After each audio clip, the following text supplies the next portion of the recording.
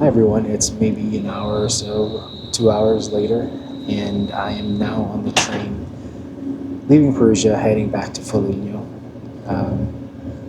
So the train actually ended up being delayed by about 40 minutes. The train taking me back to Foligno.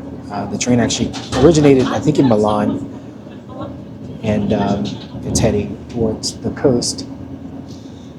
And yeah, it was delayed by 40 minutes. It's the first time that's ever happened to me in Italy. But I think because it's the last train of the night, they didn't want to leave people behind. So I'm guessing, or maybe there was just traffic on the tracks and they had to kind of just pace things. But anyways, we were about delayed by about 40 minutes, which means I'll get back to Foligno like close to maybe 1 o'clock or 1:30, 1:40. So, the other interesting thing that happened, so in my attenzione, We are now arriving in Perugia Ponte San Giovanni. The train is sorry, someone's bag was just rolling down the aisle. So attenzione is like hello, attention, getting off the good train. morning. Anyways, so as I was waiting at the train station, I mean, there's really not much going on around the Perugia train station. There's like a chicken store, and I'm pescatarian and vegetarian, so I had a veggie burger there.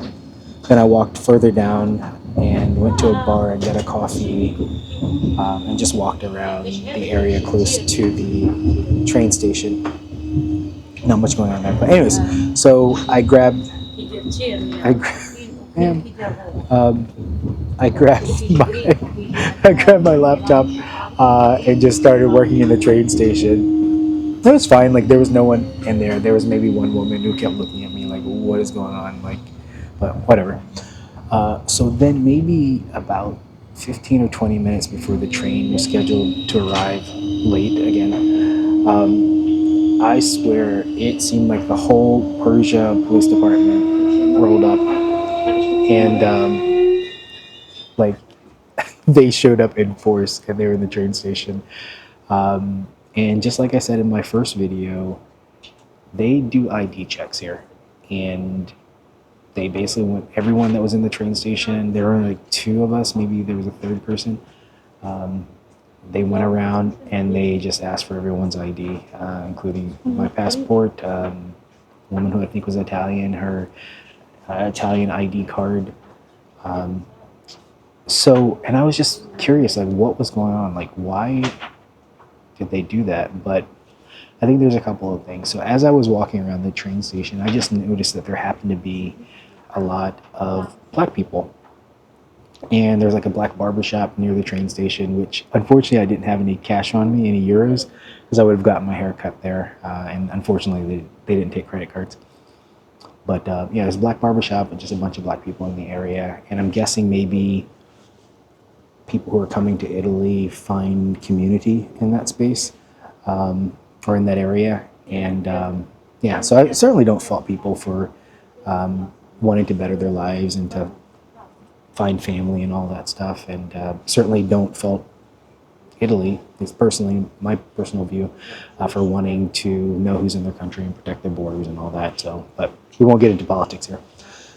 But anyways, so yeah, they checked my passport, and again, as I mentioned in my first video, a bit of privilege that we get as an American. They took my passport, they scanned it, and like it probably took less time than it did for the person who I think is Italian. And they were just like, "Hey, you're good," and they, with a smile, like you could tell, like when they're like, "Okay, you're American, you're cool." So. Another thing, so I'm always willing to talk to people. So I talk to just the locals when I have a chance to interact with them. Like I said before, when I was in the lavanderia or the laundromat. So one of the police officers, so this was local police officers in Perugia. As I mentioned in my previous video, I think it was local Milan police and then also the army, the esercito. I think that's how you pronounce it, their army. That were going around. So here it was just a bunch of police officers. Like it must have been 30, 40 police officers. Absolutely, absolutely insane. And I'm just sitting there and they just roll up. It might have been more than that. like the cars roll in, and it's like an army of police officers, and I'm like, oh shit, like what's going on here? But anyways, so after they checked my ID and I'm just working on some stuff on my laptop, I'm like, I should probably ask them about the whole ID thing. Like when we travel, or when I travel in Italy, of course, we have to have our passport to get into the country.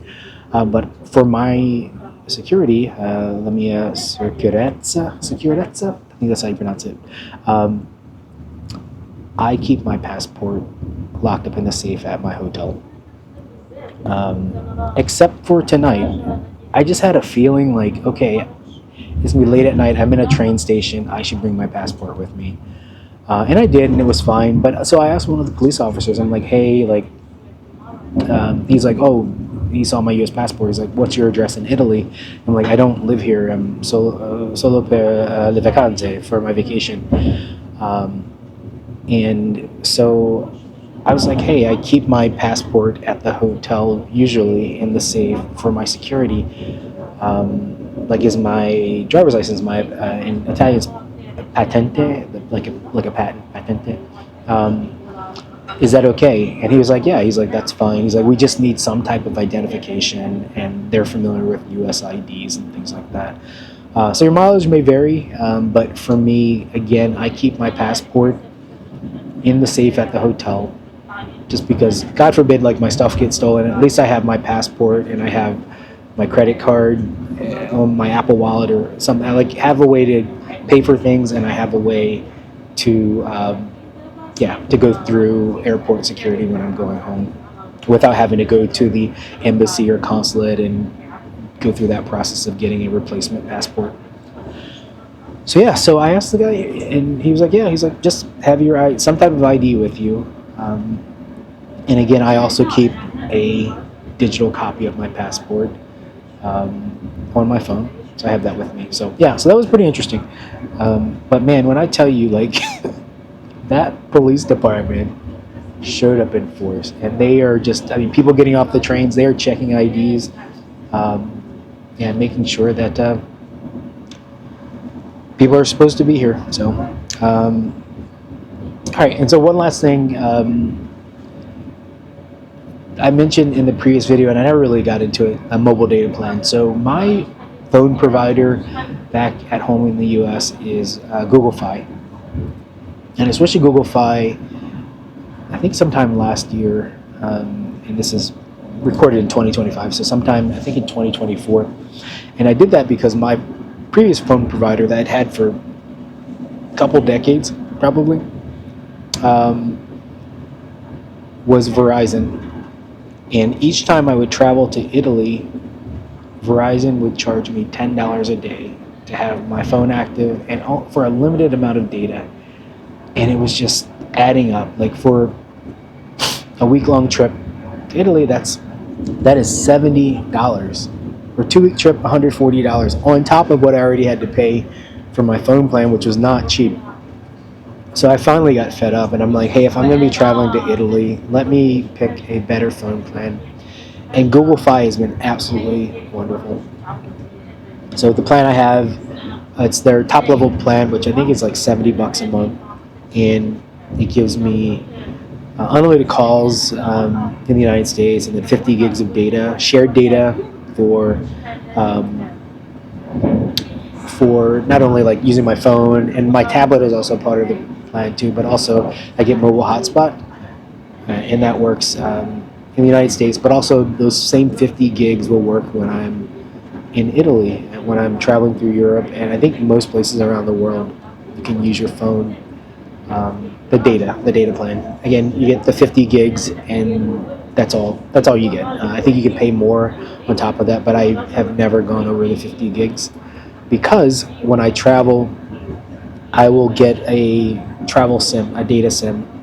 So the company I used to use was Holofly, and it's really great. So I have the iPhone 15. I think for most of the latest iPhones, you can do an eSIM, an electronic SIM.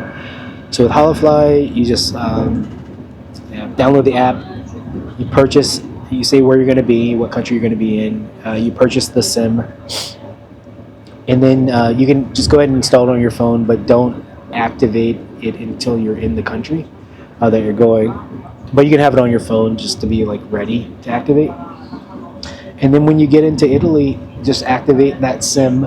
They'll give you all the instructions. They're pretty easy, but basically what you do is for your traditional plan, if you want to keep, say, the phone line active but only use the Holofly data, you disable data roaming on your primary plan.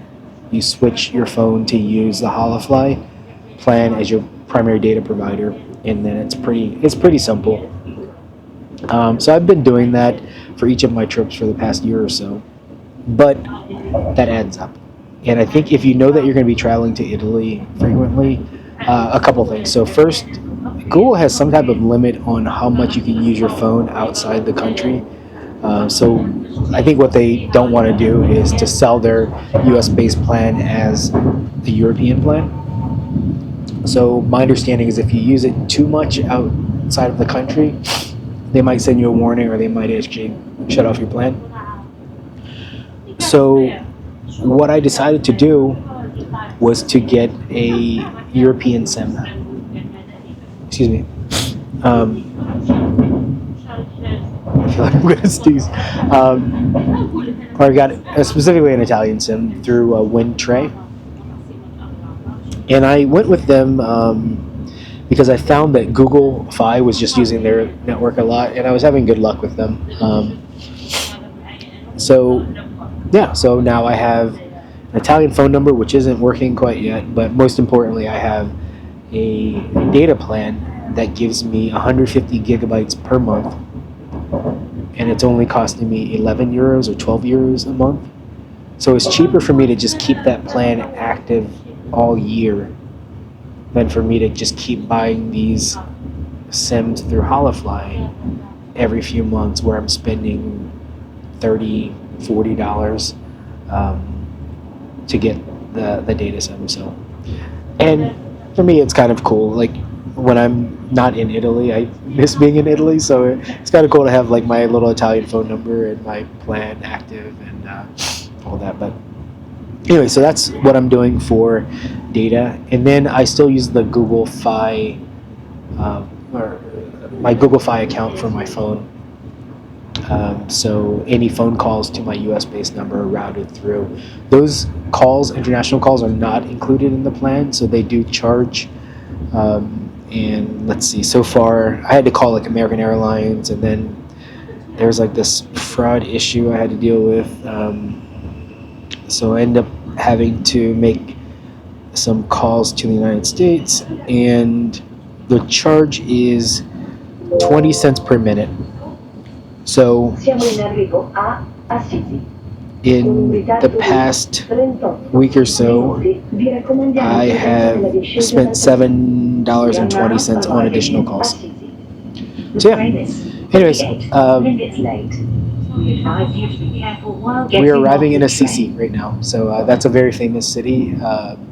So St. Francis of Assisi, which is where the current Pope derived his name, Pope Francis. So anyways, so Assisi is, I think, the stop just before we get to Foligno. So anyways, wanted to add a little bit to the previous video, and for real, ciao.